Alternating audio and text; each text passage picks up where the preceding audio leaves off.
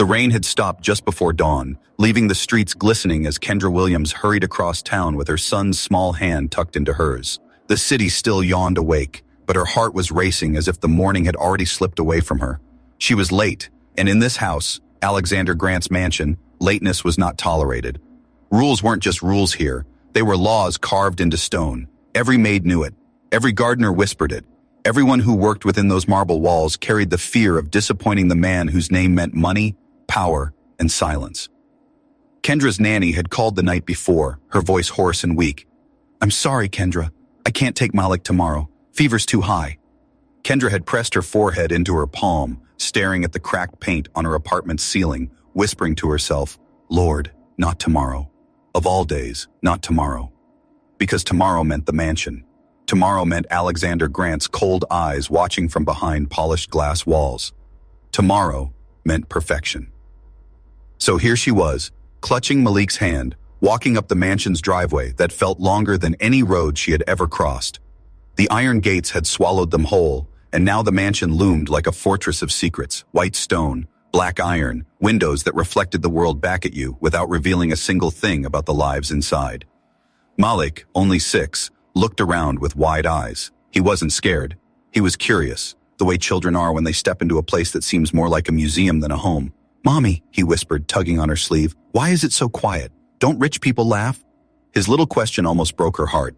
She squeezed his hand tighter, glancing at the grand staircase that twisted upward inside the glass entryway. "Shh, baby," she whispered. "Not here.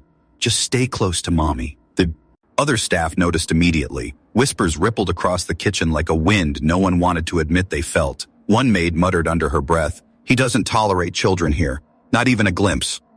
Another, older and more bitter, shook her head. "She's risking everything. That man has no mercy." Kendra tried to ignore them. She told herself she had no choice. Malik wasn't a distraction. He was her heartbeat, her reason for surviving long nights and endless shifts. She had prayed she could keep him quietly tucked in a corner with crayons and a storybook, invisible to the eyes of the man who owned every brick of this mansion. But the house itself seemed to breathe differently that morning. Every chandelier sparkled with suspicion. Every polished floor creaked a warning. It was as though the mansion itself whispered, "What are you doing here with a child, Kendra Williams? Don't you know who lives here?"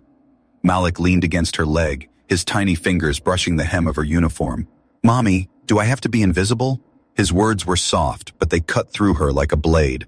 She bent down, brushing his cheek with her thumb, forcing a smile that didn't quite reach her eyes. "Not invisible, sweetheart, just quiet. Promise me you'll be quiet." And then came the footsteps, slow, measured, echoing down the marble hallway. The air tightened. Conversations in the kitchen froze mid-sentence. Even the cook's knife paused against the cutting board. Everyone knew that sound, the sound of Alexander Grant moving through his empire. Kendra's breath hitched. She straightened quickly, tucking Malik behind her. She hadn't wanted this. She hadn't wanted to bring him here, into the lion's den. But life hadn't given her choices, only consequences. And now, as the shadow of the millionaire stretched across the entryway, her heart thundered with one single prayer. "Lord, please, let him not see my boy." But in Alexander Grant's mansion, nothing went unseen. The kitchen door swung shut behind her, but the silence in the mansion pressed harder than ever. Kendra could feel Malik's small fingers tightening around hers, as if he could sense her fear, even without words. She guided him into the laundry room, settling him on a stool tucked between baskets of folded linen. "Stay here, baby. Color in your book. Don't make a sound," she whispered, brushing his curls from his forehead. His eyes searched hers, wide and trusting. "I'll be good, Mommy, promise." Her heart squeezed. He was 6 years old, too young to understand what it meant to live under the weight of someone else's rules, too young to feel like his very presence was a threat to his mother's livelihood. And yet he understood enough. He saw the tightness in her jaw, the way her hands trembled slightly as she tied her apron. He understood more than she wanted him to. By the time she slipped out into the grand hallway, her professional mask was in place. Her back was straight, her steps soundless. She moved like the other staff had taught her, efficient, invisible, never noticed. But no matter how hard she tried, she could not shake the sensation that the house itself knew her secret. Chandeliers glittered like watchful eyes. The long mirrors seemed to mock her with reflections of fear. Down the corridor, voices carried low and clipped. Staff gossip. "She brought him. Can you believe it? whispered Maria, one of the housemaids, clutching her duster like a rosary. She's finished if he sees. Mr. Grant doesn't even let his brother bring children here. The butler, a tall man with silver hair, adjusted his cufflinks with a grim shake of his head. I warned her. He has no patience for excuses. Children are noise, distractions. He'll have her out the door before noon. Kendra's cheeks burned, but she kept walking. She wouldn't let their words break her. She had worked too long. 9 jobs where whispers about her kind floated just out of earshot. But these weren't whispers about race or class. They were whispers about survival. And they were right. If Alexander Grant saw Malik, everything could unravel. She pressed a hand against her apron pocket, steadying herself. One day, just one day, Lord. That's all I need. Just let me keep this job until I can figure out what comes next. But Malik was not a child built for invisibility. Minutes later, as she dusted the tall windows of the East Wing, she heard the sound that froze her blood. A pair of small sneakers tapping against marble floors. Malik, she hissed, rushing forward, her heart slamming against her ribs. He stood at the base of the grand staircase, his coloring book tucked under his arm, staring up at the glittering chandelier that spilled light like diamonds. His small face glowed with wonder. "Mommy, it looks like stars fell inside the house," he said, voice soft but full of awe. Before she could grab him, another sound joined, the slow, measured echo of footsteps descending the staircase. Heavy, deliberate, commanding. Alexander Grant. He was taller than she remembered, or maybe fear made him seem that way. His black suit was tailored to perfection, his expression unreadable as his sharp eyes landed on the boy standing in his path. The air seemed to fold in on itself. The staff who lingered nearby stopped breathing. Kendra's chest tightened as though the mansion itself had held its breath. Alexander's gaze shifted from the boy to her, and for a long, terrible second, nothing was said. His silence was worse than shouting. His silence carried judgment, calculation. "Why?" he finally said, voice low, deliberate, each word like a stone dropped in water. "Is there a child in my house?" The hall seemed to shrink around them. Malik's small hand found hers again, and she held on as thou. Each that single grip was the only thing anchoring her to this moment. Her throat tightened, but she forced herself to speak. "Mr. Grant, it was an emergency. My nanny fell ill. I had no one to leave him with. I promise he won't be a problem." His eyes didn't soften. If anything, they hardened, like glass catching the light. The weight of his stare pressed into her until her knees nearly buckled. Then slowly, Alexander looked down at Malik. The boy blinked up at him, unafraid, his little coloring book slipping from his arm to the floor with a soft thud. And in that moment, the house fell utterly silent, waiting to see if this man, the one who tolerated no laughter, no mistakes, no children, would choose fury or something far more dangerous. Alexander Grant stood still at the base of the staircase, his hand resting lightly on the polished banister. He did not raise his voice. He didn't need to. His presence alone commanded silence, the kind of silence that made even the chandeliers above seem to dim their glow. His eyes, sharp and gray like a winter sky, moved slowly from Kendra's trembling face to the little boy clutching her hand. Kendra's chest rose and fell quickly, but she kept her chin lifted. She knew what everyone else expected her to do: bow her head, mumble apologies, beg for mercy. But her pride, fragile though it was, refused to crumble in front of him, not in front of Malik. She squeezed her son's hand, steadying herself, and forced the words out through a dry throat. "Mr. Grant, I explained. There was no one else. It was an emergency." For a moment he said nothing. The silence stretched, suffocating, until Malik shifted nervously against her. Then Alexander adjusted the cuff of his black suit jacket, his movements measured, precise, as though even in reprimand he refused to hurry. "You knew the rules," he said, his voice cold but calm. "No children, no exceptions." His gaze returned to Malik, who stared up at him with wide eyes. And yet here he is. Kendra felt the heat rising in her cheeks. She wanted to explain further, to tell him how she had called everyone she knew, how she had prayed for another way. But something in his tone warned her that explanations were not what he wanted. He wanted submission.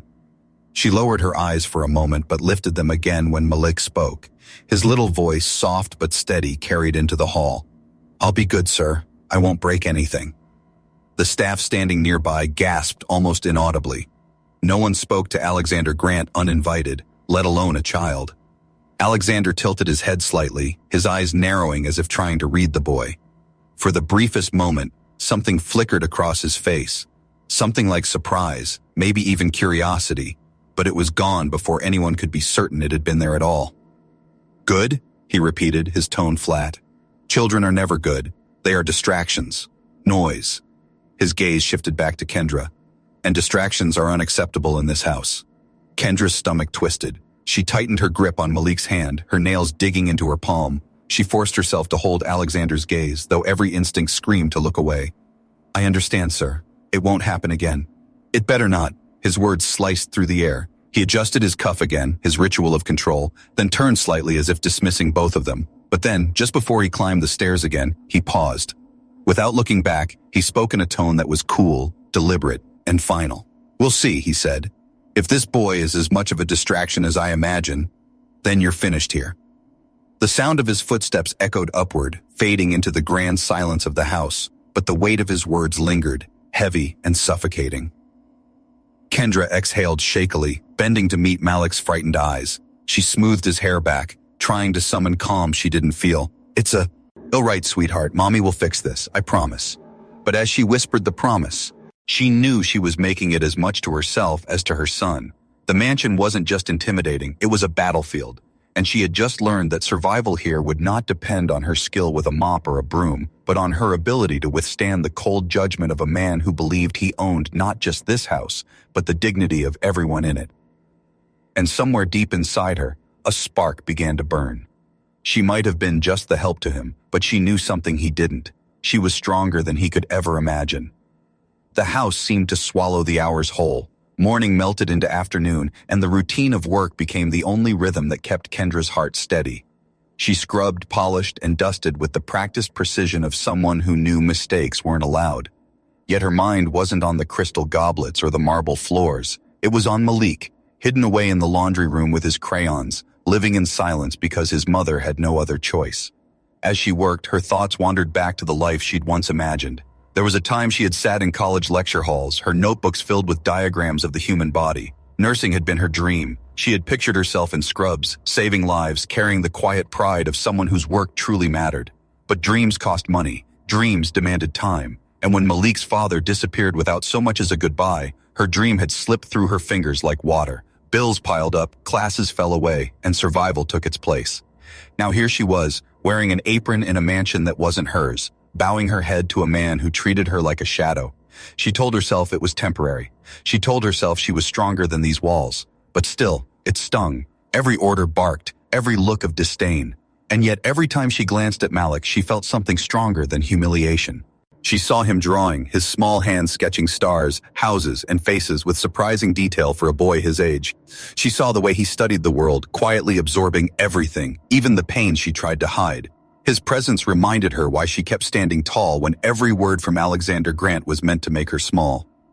That afternoon, as she carried a silver tray of glasses into the dining hall, she noticed Alexander seated at the far end of the long mahogany table. A file lay open before him, his pen moving with quick, controlled strokes. He didn't look up when she entered, but she felt the weight of his awareness. He always noticed, even when he pretended not to. Kendra placed the tray carefully, her movements quiet, precise. She was about to retreat when a soft sound drifted from the doorway. Malik, clutching his sketchbook, had wandered in. His sneakers squeaked against the polished floor. Kendra's breath caught in her throat, her pulse hammered. Before she could rush to stop him, Alexander's head lifted, his gray eyes fixed on the boy, unblinking. Malik, oblivious to the tension that paralyzed his mother, walked forward with his sketchbook pressed against his chest. "Excuse me, sir," he said, his voice small but polite. He held up the page he had been working on, a drawing of the mansion with stars drawn above it just as he had described to his mother earlier. "I made this. For you." The silence was unbearable. Kendra could barely breathe. Her hands twisted against her apron. She expected Alexander to snap, to send Malik away with a glare sharp enough to shatter glass.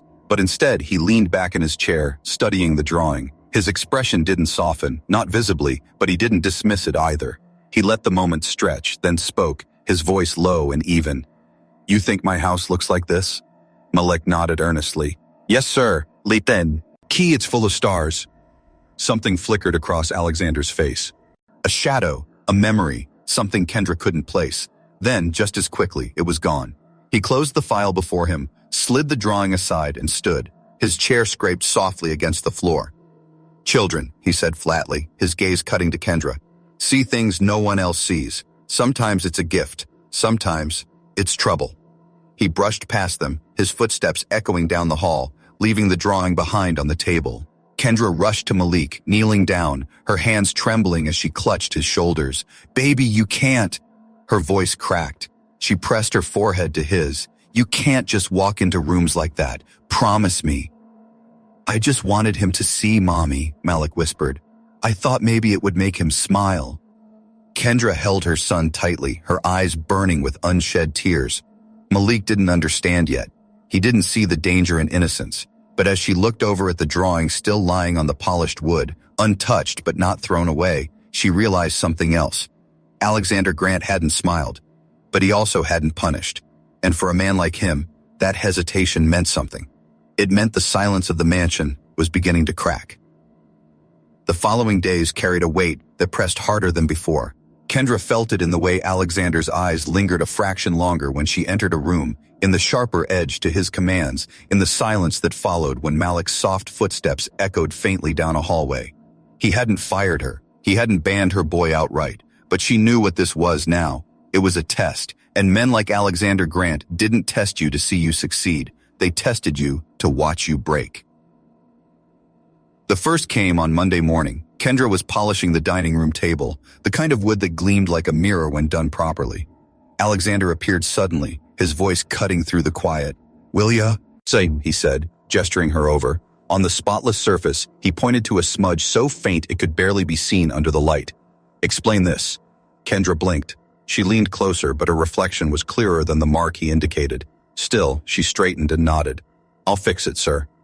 "I don't want it fixed," he replied coldly.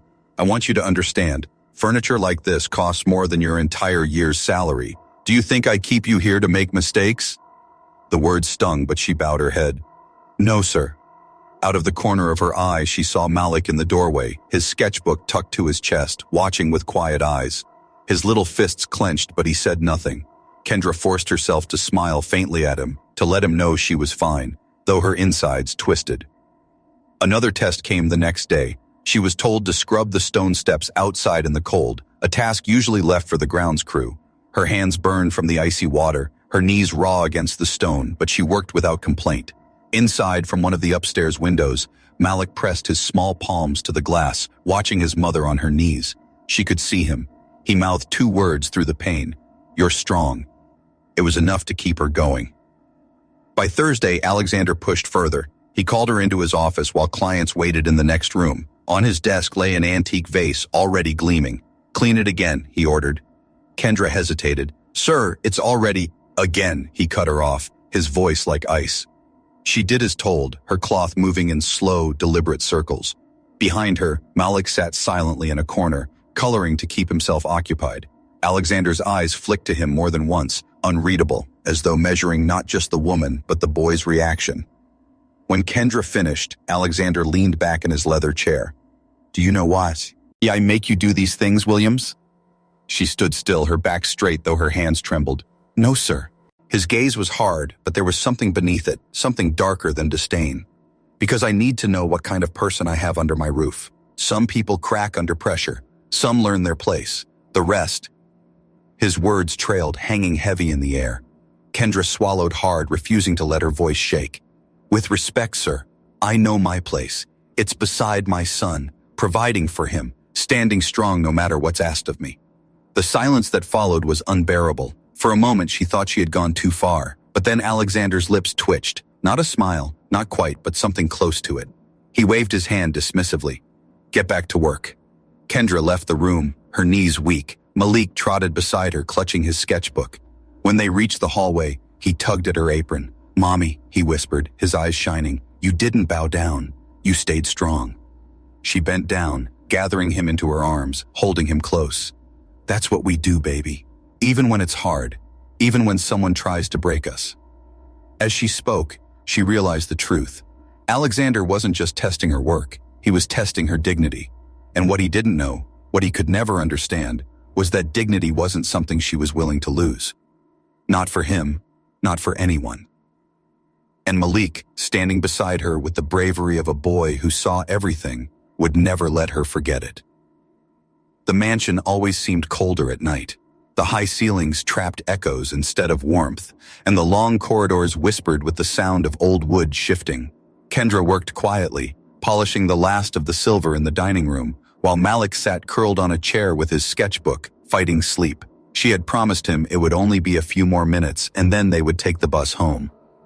But the silence was broken by a sound neither of them expected, a harsh gutter. All cough that echoed down the hallway. It wasn't the polite clearing of a throat or the rehearsed sound of authority. This was raw, violent, and uncontrolled. Malik's head lifted, his eyes wide. He slid off the chair before Kendra could stop him, his little sneakers padding across the floor. "Malik," she whispered urgently, setting the silver down. But the boy had already darted out into the hall. She followed quickly, her heart pounding. At the far end of the corridor, under the dim light of a wall sconce, Alexander Grant stood braced against the wall, one hand clutching his chest, his other pressed tightly to his mouth as he coughed again and again. His face was pale, his composure cracked wide open. For once, he didn't look like a man made of marble. He looked human. Malik didn't hesitate. He hurried forward, his sketchbook forgotten on the floor. "Are you okay, sir?" His small voice was filled with worry, not fear. Alexander looked up sharply, startled. For a second, Kendra thought he might bark at the boy to go away, to leave him alone in his weakness. But the cough tore through him again, and all he could do was lean harder into the wall. Malik tugged at Kendra's apron. "Mommy, he needs water." Kendra's instincts warred inside her. One part of her wanted to protect Malik, to pull him back before Alexander lashed out in pride or anger. But another part, the part that remembered her training in nursing school, the part that had once dreamed of helping people, stepped forward. She guided Malik to the nearby sideboard where a pitcher and glass sat.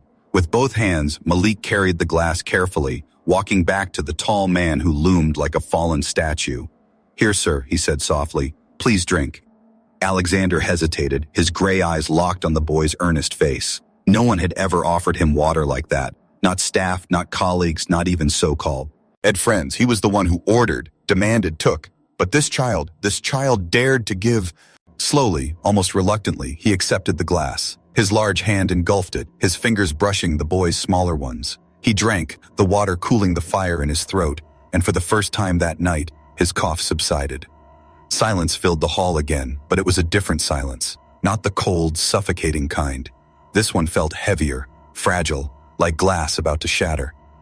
Alexander lowered the glass and looked down at Malik. His expression was unreadable, his face still pale. Finally, in a voice softer than Kendra had ever heard from him, he said, "Thank you, boy." Malik smiled, his little chest puffing with pride. "You're welcome, sir." Kendra's breath caught in her throat. She had never imagined Alexander Grant speaking those words to anyone, let alone her son. She pulled Malik gently back to her side, her hand resting protectively on his shoulder. "Come on, sweetheart," she whispered, her voice trembling slightly. As she guided him away, she risked one last glance over her shoulder. Alexander still stood in the hall, holding the empty glass, watching them with eyes that looked less like ice and more like storm clouds, unpredictable, dangerous, but alive. Something had cracked in him tonight, not much, just enough to let the possibility of change seep through. And though Kendra didn't trust it yet, she knew one thing for certain. Malik had done what no amount of fear or obedience had ever managed. He had touched something in Alexander Grant that even the mansion's silence couldn't contain. The following morning, the mansion returned to its usual rhythm of polished silence. Staff moved like shadows, their footsteps hushed against marble floors. The clink of silverware, the rustle of linens, the faint hum of vacuums. All of it blended into a quiet symphony of work. But beneath the routine, something had shifted. Kendra felt it as soon as she stepped in, to the main hall. Alexander Grant was different. He wasn't any warmer, not in the way most people would measure kindness. His instructions were still clipped, his tone still precise, but the sharpness was dulled ever so slightly. When his eyes passed over Malik at breakfast, they didn't linger with disdain. They lingered with something else, something Kendra couldn't name, something she didn't trust. Malik noticed too. Children always do. He sat on the edge of a chair, swinging his legs, watching Alexander with the innocent curiosity that only a 6-year-old could carry. He whispered to his mother while she straightened a vase nearby. "Mommy, he doesn't look mad today." "Shh, baby," she murmured, shooting him a warning glance, but Malik didn't look away. Later that afternoon, as the rain tapped softly against the tall windows, Malik wandered into the library. The room was a cathedral of books, shelves that climbed to the ceiling, ladders that reached high into shadows, leather-bound volumes older than the boy could imagine. He sat cross-legged on the rug, sketchbook open, crayons scattered around him. Alexander entered without warning, a file tucked under his arm. He stopped short when he saw Malik on the floor, coloring with intense concentration. The boy hadn't even noticed him yet. Alexander cleared his throat softly. Malik's head snapped up. Instead of shrinking, Malik smiled. "Hi, sir." Alexander raised a brow. "What are you doing here?" "Drawing," Malik replied simply, holding up a page. It was a crude sketch of the library itself.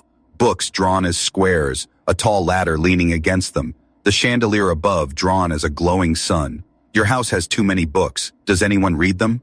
The question was innocent, but it cut through the air like a blade. Alexander stared at the boy, his lips tightening. For a long moment, Kendra thought he would scold him. But Malik tilted his head, waiting for an answer, his little eyes clear and expectant. Finally, Alexander set his file down on the desk. "Not many," he admitted, his voice quieter than before. Malik frowned. "That's sad." Alexander blinked, caught off guard. "Sad?" "Yes," Malik said, scooting closer on the rug. "Books are supposed to be friends. If you don't read them, they get lonely." Something flickered in Alexander's face, just for a moment. Kendra, standing in the doorway, saw it. His jaw slackened slightly, his eyes clouded with something that wasn't annoyance but memory. Malik, unafraid, pushed further. "You look lonely too, sir. Do you have friends?" The room froze. Kendra's heart stopped in her chest. "Malik," she whispered harshly, stepping forward. "That's enough." But Alexander lifted a hand, stopping her. His gaze remained fixed on the boy. "I have associates," he said at last. The words forced, brittle. Malik shook his head, his little curls bouncing. "That's not the same. Friends laugh with you. They make you happy. Associates don't do that. You don't laugh much, sir." The silence that followed was heavy, unbearable. But Alexander didn't explode. He didn't reprimand the boy. Instead, he stared down at him with a look Kendra had never seen before, like someone staring at a mirror they didn't expect to find. He cleared his throat, breaking the spell. "Children shouldn't ask questions like that." Malik shrugged. "Maybe grown-ups shouldn't be so lonely." Alexander turned abruptly, collecting his file, his composure snapping back like armor. "Get back to your work, Williams," he said curtly, brushing past her without another glance. But Kendra saw his hand tremble slightly as he left the room. She saw the way Malik's simple words had pierced through the fortress he'd built around himself. And as she gathered her son into her arms, she realized that Alexander's silence was no longer just a weapon. It was a shield, one that her little boy, with nothing more than innocence and truth, had begun to crack wide open. The night of the dinner party arrived with a weight that pressed down on Kendra's chest like a stone. The mansion gleamed brighter than usual. Candles in crystal holders flickered across the long dining table, polished silver glinted under the chandelier, and the air carried the faint, expensive perfume of roses imported that very morning. Staff bustled quietly, moving like chess pieces across the marble floor. Every step, every gesture was calculated perfection. Kendra, dressed in her uniform, carried a tray of hors d'oeuvres with steady hands, though her heart raced. Malik was hidden away in the staff quarters, a promise she had made to herself after nearly losing her job. Still, she couldn't shake the unease gnawing at her ribs. Dinner parties in Alexander Grant's house weren't just meals, they were displays of power. Guests began to arrive, men in dark suits, women dripping with diamonds, laughter too loud and brittle to be genuine. They filled the room with talk of investments, boardrooms, and art auctions. Kendra moved silently among them, placing glasses of wine into eager hands, her eyes lowered, her presence invisible, until one guest made her visible. She had just leaned over to collect an empty plate when a sharp voice rang out, cutting across the polished conversation. "Well," the woman drawled, her lips painted a shade of crimson too harsh for the dim light, "at least Mr. Grant's staff are efficient, though I must say, Alexander, I'd have expected someone a bit more refined for your household." The laughter that followed was soft, cruel, and heavy with implication. Heads turned, eyes flicked toward Kendra, who froze mid-step, her fingers tightening around the tray until her knuckles ached. Another guest smirked. "Oh, come now, Vivian. She's just the help. What does refi? Nement matter?" Heat flooded Kendra's cheeks, but she kept her head bowed. She had been here before.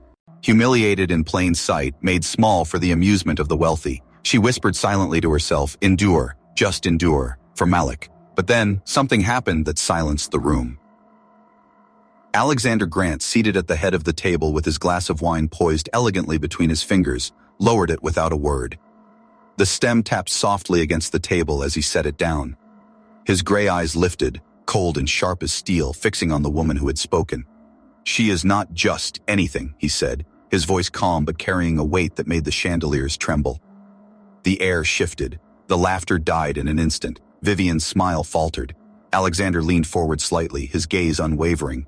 "In my house, respect is not optional. If you cannot manage it, you may find your dinner elsewhere." The silence that followed was absolute. Guests glanced at one another, shocked, their polished veneers cracking under the weight of his words. Vivian stammered, I didn't mean—" "I heard exactly what you meant," Alexander cut her off. His tone was not raised, but it was final, absolute. He turned his gaze briefly to Kendra, who stood frozen, tray clutched to her chest. For the faintest moment, their eyes met. No warmth, no smile, but recognition. Kendra lowered her gaze quickly, her breath trembling, her heart hammering against her ribs. She wanted to disappear, but she knew she couldn't. She had been defended, publicly, and not by another servant, not by chance, but by the very man who had humiliated her more times than she could count. The dinner resumed, though laughter was thinner, conversation forced. The power in the room had shifted, subtly but unmistakably. And as Kendra slipped back into the shadows, she carried with her something new, something dangerous. Alexander Grant had just revealed a crack in his armor, not only to her, but to everyone who mattered in his world. And though he returned to his wine and his cold expression, she couldn't forget the sound of his voice, steady and sharp, defending her dignity as though it mattered. For the first time since she had stepped into this mansion, Kendra wondered if she had misjudged the man entirely, or worse, if the man she thought she knew was changing. The storm that had broken at the dinner party didn't fade as quickly as the candles did. It lingered, heavy and unspoken, in the quiet corners of the mansion. The staff whispered about it in the kitchen long after the guests left. How Alexander Grant had defended a housekeeper in front of the city's elite. How his words had sliced the air sharper than any knife. For Kendra, the moment replayed endlessly in her mind. She had not imagined it. He had spoken for her. He had drawn a line. And yet, Alexander returned to his usual silence. His commands remained clipped, his gaze cold, but something beneath the surface had shifted. She felt it every time his eyes lingered a little too long when she entered a room, every time Malik's voice carried through the hall, and Alexander didn't reprimand it. It was late one evening when she found him in the library, the same room where Malik had once declared that books got lonely. The fire burned low, shadows stretching across the shelves. Alexander sat in a high-backed chair, a glass of scotch untouched at his side, staring at a closed book on his lap. He looked less like a master of the house and more like a man haunted by something unseen. Kendra paused in the doorway, clutching the duster she had come to use. "Should I come back later, sir?" His eyes flicked to her, tired but sharp. "No, stay." She hesitated, then stepped inside, the carpet muffling her footsteps. The silence between them was thick, stretched taut like a thread ready to snap. Finally, Alexander spoke, his voice low, as though he was speaking more to himself than to her. "Your boy." He exhaled sharply, shaking his head. "He reminds me of someone I used to know." Kendra frowned softly, moving closer. "Who, sir?" He stared into the fire, his gray eyes reflecting its glow. "Me." The word hung heavy in the room. Kendra blinked, unsure she had heard him right. Alexander leaned back, the leather chair creaking under his weight. "I was not born into this house, Williams. Not into money, not into marble floors. My father died before I was old enough to know him. My mother—" His jaw clenched and his voice thinned. "She left, said she couldn't raise a child in poverty. So I grew up here, in my grandfather's mansion, alone, raised by staff who were paid to tolerate me." Kendra's throat tightened. She had never imagined the man could bleed with memory. He reached for the scotch but didn't drink it, letting the amber liquid catch the firelight. "I learned early that children are inconvenient, unwanted, even in your own family. You learn to be quiet, to be perfect, or you're forgotten." He turned his gaze toward her, sharp and deliberate. "That's why your son unsettles me. He asks questions no one ever asked me. He looks at me like—" He faltered, almost as if the words burned his tongue. "Like I matter." The silence that followed wasn't cold this time. It was raw, vulnerable. Kendra's hands trembled against the duster she clutched. She thought of Malik's wide eyes, the way he had told Alexander that books and people could be lonely. She thought of her grandmother's words, whispered long ago, "Sometimes the cruelest men are just broken boys who never healed." She stepped closer, her voice steady but gentle. "Maybe he looks at you like that because he sees what no one else bothered to see." Alexander's eyes narrowed, not in anger, but in defense. "And what's that, Williams?" "That you're human," she whispered. For a long time, he said not an hing. The fire cracked softly, shadows dancing across his face. Finally, Alexander looked away, his jaw tightening again as if to rebuild the walls he had just let slip. "Don't mistake my honesty for weakness," he said quietly. "I test people for a reason. Most fail." Kendra held his gaze, refusing to shrink. "Maybe this time, you're the one being tested."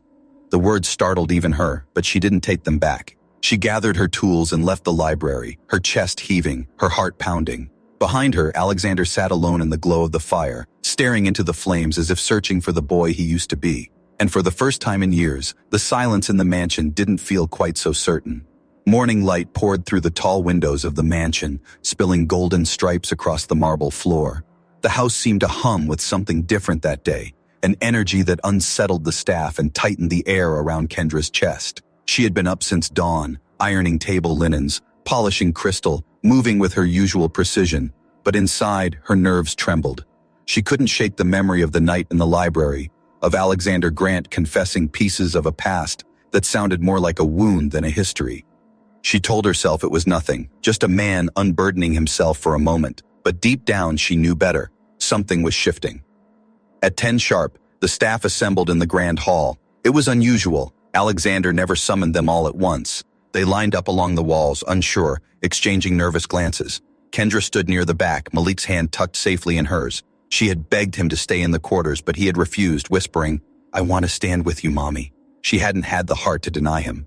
Then Alexander appeared. He descended the staircase slowly, dressed in a slate gray suit, his presence commanding the room into silence. His eyes swept over the staff, pausing for only a fraction of a second on Kendra and her son before settling on the space in front of him.